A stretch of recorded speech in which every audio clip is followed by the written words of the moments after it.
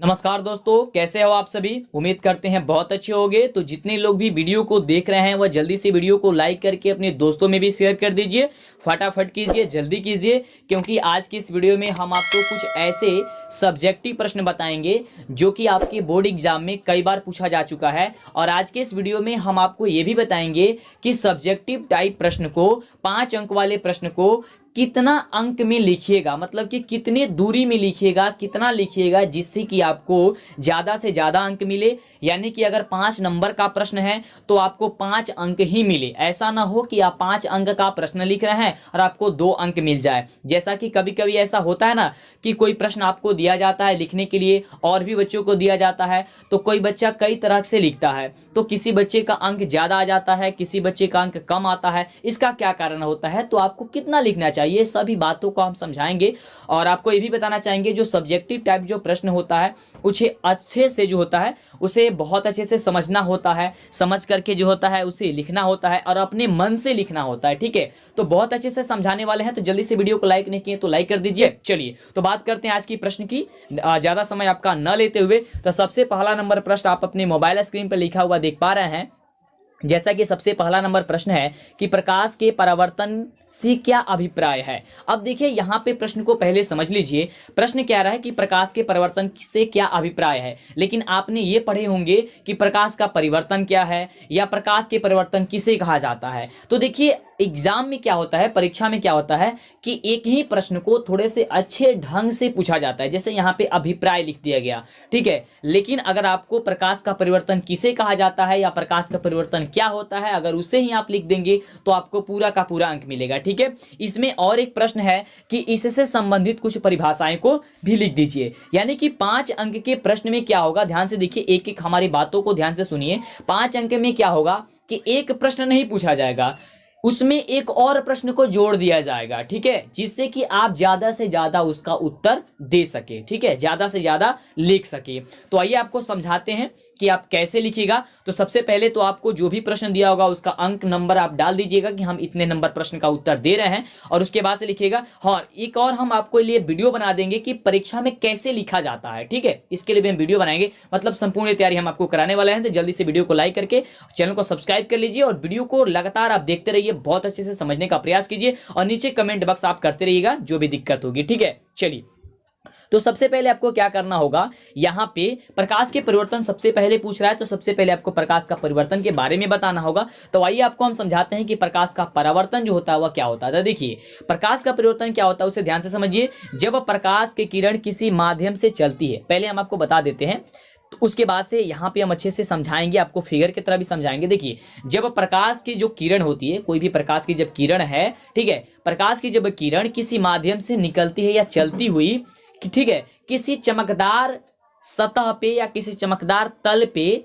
आपतित होती है, यानी कि उस पे जाकर के टकराती है। आप कह सकते हैं जब कोई प्रकाश की किरण निकलती है और किसी चमकदार सतह से क्या होती है, आपतित होती है, यानी कि टकराती है, तो वह तल से टकरा करके उसी माध्यम में वापस लौट जाती है। तो समझिए कि जब प्रकाश की किरण किसी माध्यम से चलती हुई किसी चमकदार तल पर क्या होती है, आपतित होती है। यानी कि जब आप शीशे लेते हैं और लेकर के धूप में जाते हैं तो जो प्रकाश की किरण निकलती है उस शीशे यानी कि उस दर्पण पे पड़ती है।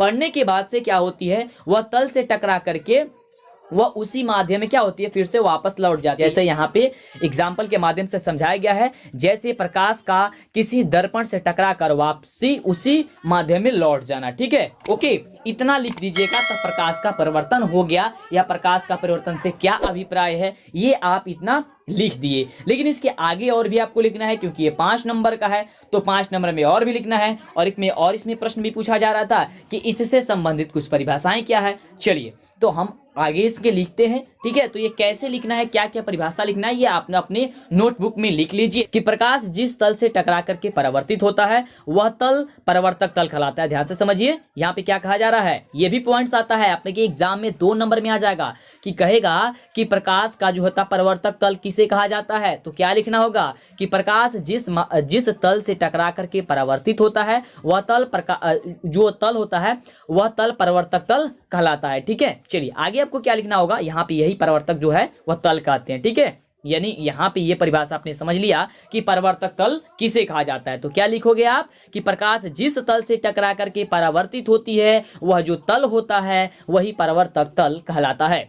अगले पॉइंट्स की बात करते हैं। बोल रहा है कि तल से टकराने वाली किरण आपतित किरण कहलाती है, या टकराने के बाद उसी माध्यम में लौटती किरण परावर्तित किरण कहलाती है। अब ध्यान दीजिए कि जो यह परावर्तक तल होता है, जो ये किरण जाकर के टकराती है, उसे कौन सा किरण के नाम से जानते हैं हम लोग? तो आपतित किरण के नाम से जानते हैं। और टकराने के बाद से जो लौटती है उस किरण को किस नाम से जानते हैं? तो परावर्तित किरण के नाम से जानते हैं। अच्छे से समझ गए होगे ना। आगे बताया जा रहा है कि तल के जिस बिंदु पर आपतित किरण टकराती है वह तल बिंदु से खींचा गया लंब अभिलंब कहलाता है। यानी कि अगर आपसे ये पूछा जाए कि जो ये अभिलंब होता है वह अभिलंब किसे कहा जाता है, उसे ध्यान से आप बता दीजिए, या आप बताइए, या परिभाषा भी आता है कि अभिलंब किसे कहा जाता है, बता दीजिए। तो क्या लिखिएगा ध्यान से, मतलब एक ही प्रश्न में कई तरह का प्रश्न आपको बता रहे हैं। जैसे यहाँ पे दर्शाया जा रहा है कि ओ ए आपतित किरण है। कौन है? ओ ये है और ए है। तो ओ ए कौन सी किरण हो गई? आपतित किरण हो गई। ओके, चलिए आगे बताया जा रहा है कि ओ बी परावर्तित किरण हो गई। कौन हो गई? यहाँ ओ और बी, ये कौन सी किरण हो गई? परावर्तित किरण हो गई। ये आगे बताया जा रहा है कि तथा ओ एन जो है वह अभिलंब को प्रदर्शित करता है। क्या है? ओ ए जो है वो किसको प्रदर्शित करता है? अभिलंब को प्रदर्शित कहता है। तो आपको यहां तक सभी जानकारी मिल गई होगी कि परावर्तक तल किसे कहा जाता है, आपतित किरण किसे कहा जाता है, अभिलंब किसे कहा जाता है और परावर्तित किरण किसे कहा जाता है। ठीक है। और जहां पे भी आप इस तरह का प्रश्न आएगा वहां आप फिगर जरूर बना दीजिएगा, इससे बहुत ही ज्यादा फायदा होगी। जैसे कि आपको बोले थे ना कि बताएंगे कैसे 5 नंबर अंक आपको पूरा मिलेगा, तो आप फिगर अगर बना देते हैं तो फिगर से आपका 1 नंबर बढ़ जाता है। ये चीज को ध्यान रखिए। मतलब किसी भी प्रश्न को अगर फिगर बनता है उस प्रश्न में, तो उसमें ज्यादा से ज्यादा कोशिश कीजिए कि आप उसमें क्या बना दीजिए, फिगर जरूर बना दीजिए। ओके, चलिए आगे यहाँ पे समझने का प्रयास कीजिए आप। आगे बताया जा रहा है कि किसी तल से परिवर्तित प्रकाश की मात्रा उस तल की प्रकृति पर निर्भर करती है। देखिए बहुत अच्छी बात कही गई है कि किसी तल से परिवर्तित किरण की मात्रा उस तल की प्रकृति पर निर्भर करती है, इसलिए किसी पॉलिश युक्त चिकनी पृष्ठ से हो रहे परिवर्तन को नियमित परिवर्तन कहते हैं। देखिए अब परिवर्तन जो होती है वह उसके प्राकृतिक पर निर्भर करती है, मतलब कि वह कितने चमकीला है उस पर निर्भर करेगा, है ना। चलिए आगे बताया जा रहा है कि निर्भर करती है इसमें परावर्तित प्रकाश की मात्रा पॉलिशदार तल के अनुसार अधिकतम होती है। जितना ही पॉलिशदार हुआ, जैसे कि आपको बताया, जितना ही चिकना होगा, जितना ही उस पर अच्छे से पॉलिश किया होगा, उसमें परिवर्तन बहुत ही ज्यादा होगा। ठीक है, जितना ही प्रकाश आएगा उतना ही वापस कर देगा। लेकिन अगर कोई रुखड़ा होगी, कोई दूसरा तरह का होगा, पॉलिशदार नहीं होगा, तो उस पर प्रकाश की किरण परिवर्तित होगी ही नहीं होगी। ठीक है, चलिए यहाँ पे वही चीज बताया जा रहा है कि किसी खुरदरे पृष्ठ से हो रहे परिवर्तन को विसरित या अनियमित परिवर्तन कहते हैं। अब कहीं आपके एग्जाम में या कोई पूछ भी देता है, ठीक है, कि नियमित परिवर्तन किसे कहते हैं और अनियमित परिवर्तन किसे कहते हैं, उसे बता दीजिए। तो नियमित परिवर्तन वैसा परिवर्तन जिसमें प्रकाश की किरण कह सकते हैं कि पूर्ण रूपन में परिवर्तित हो जाए, मतलब जितना आए जितना चला जाए, उसे क्या कहिएगा, नियमित परिवर्तन हुआ है। लेकिन अगर आपको यह कहा जाए कि अनियमित किसे कहा जाता, तो कहिएगा कि वैसा परिवर्तन जिसमें जो प्रकाश की किरण आती है या खुरदुरे या जो होती है रुखड़ेपन से परिवर्तित होती है किरण, तो उसे हम लोग क्या कहेंगे, कुछ आंशिक मात्रा में ही जाएगा, उसे हम अनियमित करेंगे। ठीक है, यानी कि आप कह सकते हैं बोलचाल की भाषा में, जो पूरा का पूरा प्रकाश को परिवर्तित कर दे उसे कह दीजिएगा परिवर्तित किरण। ठीक है, सॉरी नियमित परिवर्तन। और जिसे जो क्या करे, आपको कम मात्रा में करे, उसे आप क्या कहेगा, अनियमित परिवर्तन। ठीक है, चलिए तो एक ही प्रश्न से आपको बहुत सारे जो है क्या हुआ, परिभाषा जो है वे क्लियर हो गई। समतल तल से परिवर्तन के 2 नियम होते हैं, या परिवर्तन के 2 नियम होते हैं। तो कौन कौन नियम होते हैं, आइए जानते हैं।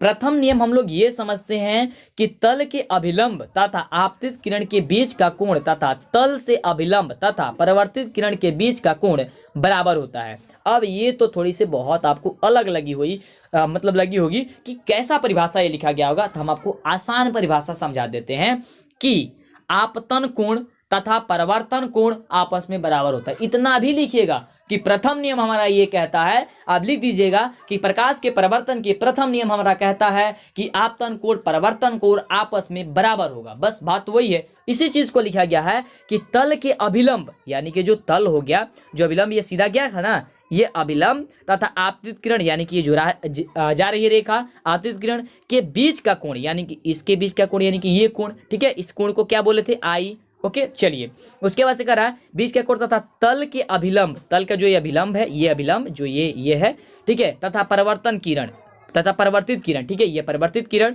के बीच का कोण, ये वाला कोण, ठीक है, क्या होता है, बराबर होता है।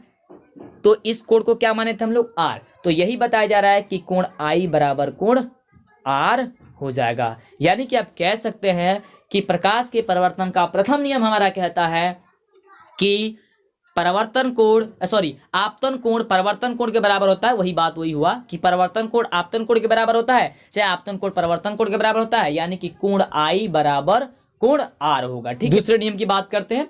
चलिए, तो दूसरा नियम जो हम सभी का कह रहा है, दूसरा नियम हम सभी का यही बोल रहा है, मतलब बोलता है कि आपतित किरण जो हमारा जाने वाला किरण था ना, जो टकरा रही थी किरण, वही, और अभिलंब जो ये बीच वाला था, ठीक है, बीच वाला, तथा परिवर्तित किरण, ठीक है, सभी एक ही तल में होते हैं। कौन से तल में है बाबू, तो एक ही तल में जाकर के मिल गए हैं। मतलब कि यहाँ पे जैसे कह रहे होगे ना कि सभी नदी जाकर के एगो में मिल गई, ठीक है, एक जगह मिल जाती है। जैसे देखो यहाँ पे सब मिल जाएगी, ठीक है। थोड़ी सी हाथ से लिख रहे हैं, ये परेशानी है थोड़ी सी, उतनी ज़्यादा बाबू मेरे पास पैसा नहीं है कि हम स्क्रीन बोर्ड पे आएँ, ठीक है, डिजिटल बोर्ड पे आए। आप लोग मदद कीजिएगा, वीडियो को ज़्यादा से ज़्यादा शेयर कीजिए, जिससे कि हम अच्छे से पढ़ा पाएँ आप सभी को, ठीक है। ज़्यादा से ज़्यादा हमें सपोर्ट कीजिएगा, लाइक सब्सक्राइब आएगा तब तो हम आगे जा कर के आपके लिए मेहनत करेंगे, ठीक है। देखिए गड़बड़ हो जा रहा है बाबू स्क्रीन पे, मतलब ऐसे हाथ से, ठीक है, लेकिन कोशिश कर रहे हैं। बहुत मज़ेदार लग रहा होगा, ठीक है, मज़ेदार लगेगा। हम कोशिश करते हैं, देखिए बाबू, कि सबको बहुत अच्छे से समझ में आ जाओगे। और बोलते हैं आपको कि किसी तरह की दिक्कत भी होती है, कोई परेशानी भी है, तो हमें बताइए, ठीक है। नीचे कमेंट बॉक्स आपके लिए मतलब खुला हुआ है, जो भी हमसे हो पाएगा हम आपको जरूर करेंगे। तो क्या बोल रहा था कि आपतित किरण अभिलंब तथा परिवर्तित किरण जो होती है वह सभी एक ही तल में होते हैं, जो भी है एक ही तल में होंगे, इसी दूसरा नियम हमारा कहता है। तो प्रथम नियम क्या कहता है कि आपतन कोण परिवर्तन कोण के बराबर होता है, और दूसरा नियम कहता है कि आपतित किरण परावर्तित किरण और आपतन बिंदु पर डाला गया लंब तीनों एक ही तल में होता है। आपतन बिंदु पर डाला गया लंब चाहे अभिलंब, तीनों एक ही तल में होता है, उसे हम क्या कहते हैं, दूसरा नियम कहते हैं प्रकाश के परिवर्तन का, ठीक है। चलिए, प्रश्न है कि प्रकाश के परिवर्तन के नियम लिखिए तथा, ये तो आप पढ़े ही, अभी पढ़े कि प्रकाश के परिवर्तन के क्या नियम है, तो उसमें तो कोई दिक्कत नहीं, आप अभी तक बहुत अच्छे से समझ गए होंगे, ठीक है। चलिए, दूसरा कहता है कि पार्श्व उत्क्रमण से क्या तात्पर्य है। ये कभी नहीं पढ़े होंगे, हमें उम्मीद है कि बहुत कम बच्चे इसके बारे में जानते होंगे कि पार्श्व उत्क्रमण क्या होता है, पार्श्व उत्क्रमण क्या होता है या पार्श्व क्या होता है, इसके बारे में बहुत कम लोग पढ़े होंगे। कुछ लोग पढ़े होंगे, हम कहते हैं, मानते हैं,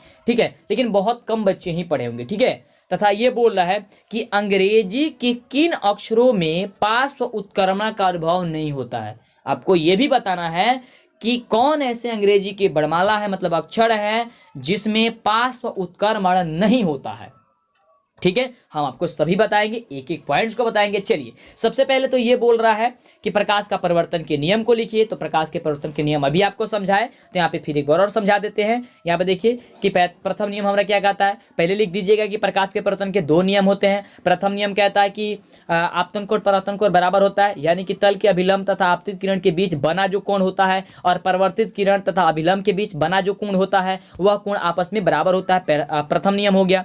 द्वितीय नियम हम सभी का क्या कहता है कि आपतित किरण और अभिलंब तथा परिवर्तित किरण सभी एक ही तल में होते हैं। इस प्रकार के तल को आपतन तल कहते हैं, ठीक है। यानी कि कह देंगे आप कि आपतित किरण परिवर्तित किरण तथा आपतन बिंदु पर डाला गया लंब तीनों एक ही तल में होता है, ठीक है। चलिए, बहुत बढ़िया, आप सभी ऐसे लिख दीजिएगा, ओके। चलिए बाबू, आगे बात करते हैं हम अगले नंबर, जो इसमें प्रश्न पूछा जा रहा था, कि पार्श्व उत्क्रमण क्या है। या आपसे बोर्ड एग्जाम में ये भी पूछा जा सकता है कि पार्श्व परिवर्तन क्या है। ध्यान रखिएगा, पार्श्व परिवर्तन या पार्श्व उत्क्रमण या कुछ भी पूछा जाए, पार्श्व अगर आ गया होगा, अगर परिवर्तन का चैप्टर से होगा, तो आपको क्या लिखना है, ध्यान से देखिए।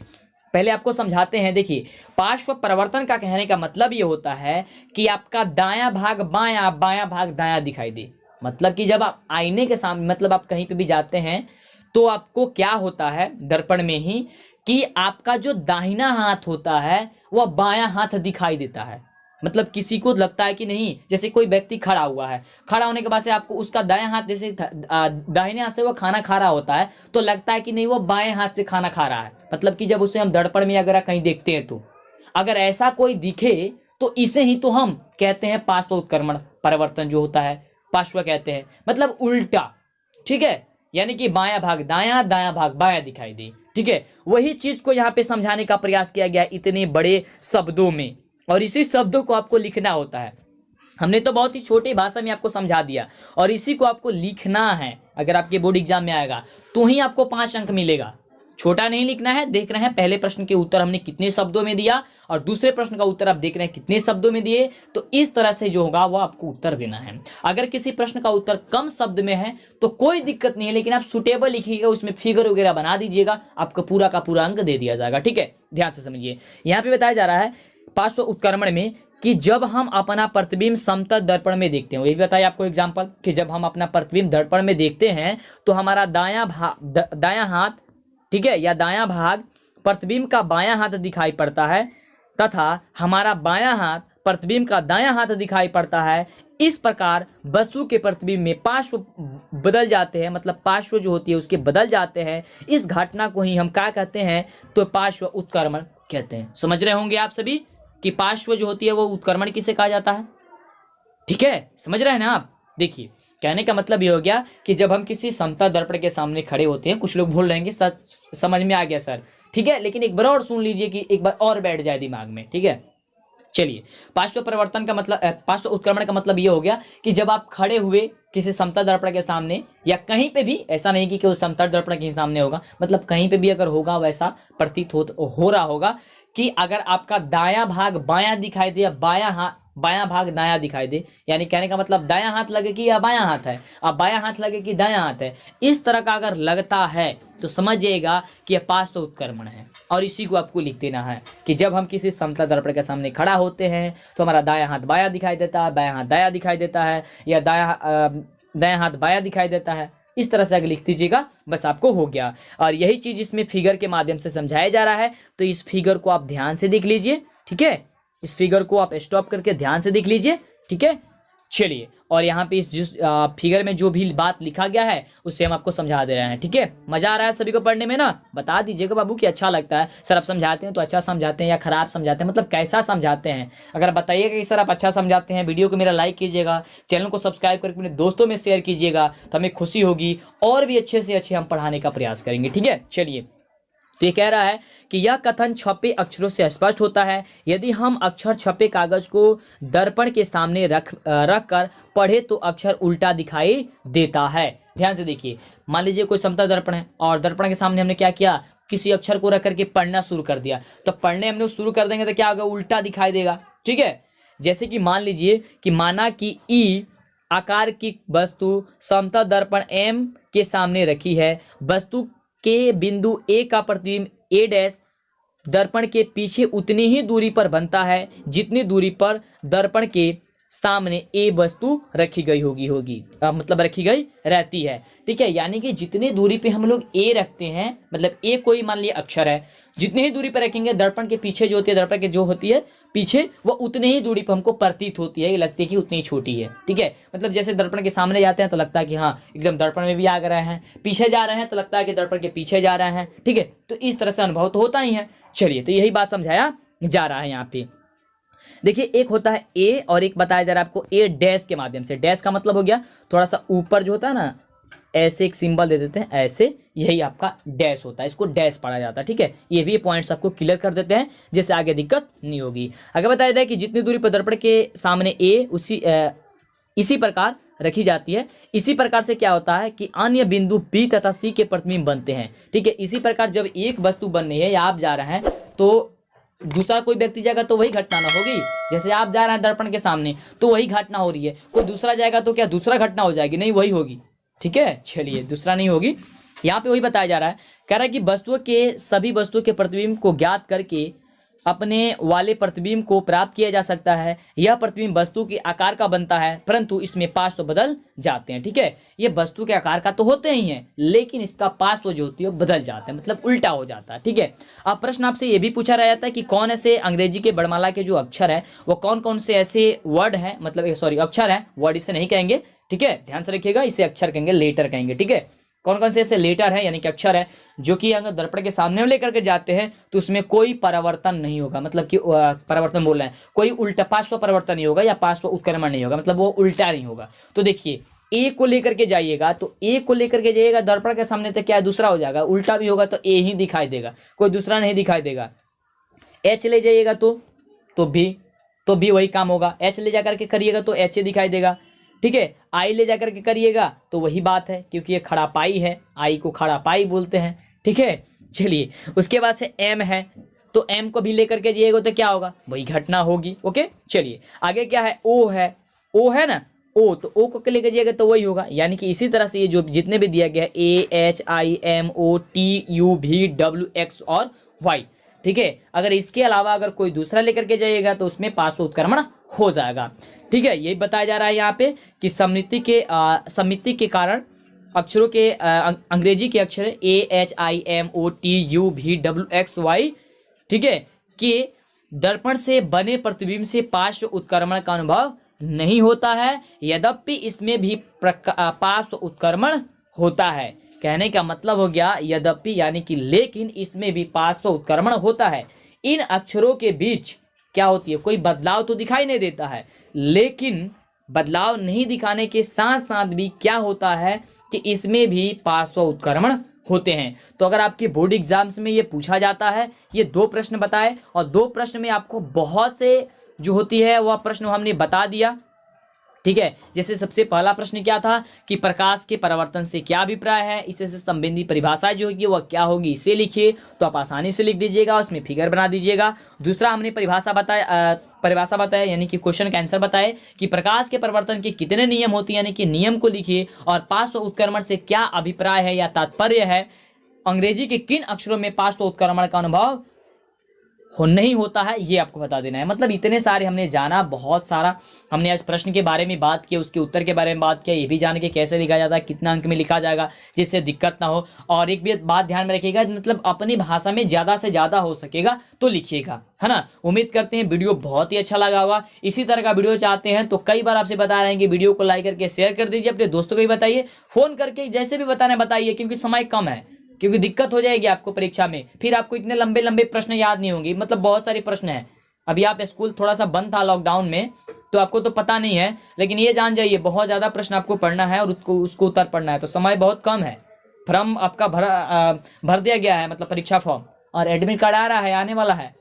ठीक है, तो उसके बाद से आपका एग्जाम होगा तो फिर दिक्कत हो जाएगी ना। ऐसा भी प्रश्न है कैसे लिखें, तो अभी से याद कीजिए। ठीक है, लिख लीजिए, तैयारी करते रहिए। आगे आने वाली प्रश्न हम आपको अब बाद में बताएंगे, जो भी इंपोर्टेंट प्रश्न होगी। ये दीर्घ उत्तरीय जो है थी वो क्या था, प्रश्न था। ओके, चलिए बहुत बहुत धन्यवाद आप सभी को। उम्मीद करते हैं आप चैनल को सब्सक्राइब भी कर लिए होंगे, नहीं किए हैं तो, वीडियो को लाइक नहीं किए हैं तो लाइक करके अपने दोस्तों में भी शेयर कर देंगे। बहुत बहुत धन्यवाद आप सभी को। फिर मिलते हैं आपसे अगले नेक्स्ट वीडियो में, तब तक के लिए बहुत बहुत धन्यवाद। जय हिंद, वंदे मातरम।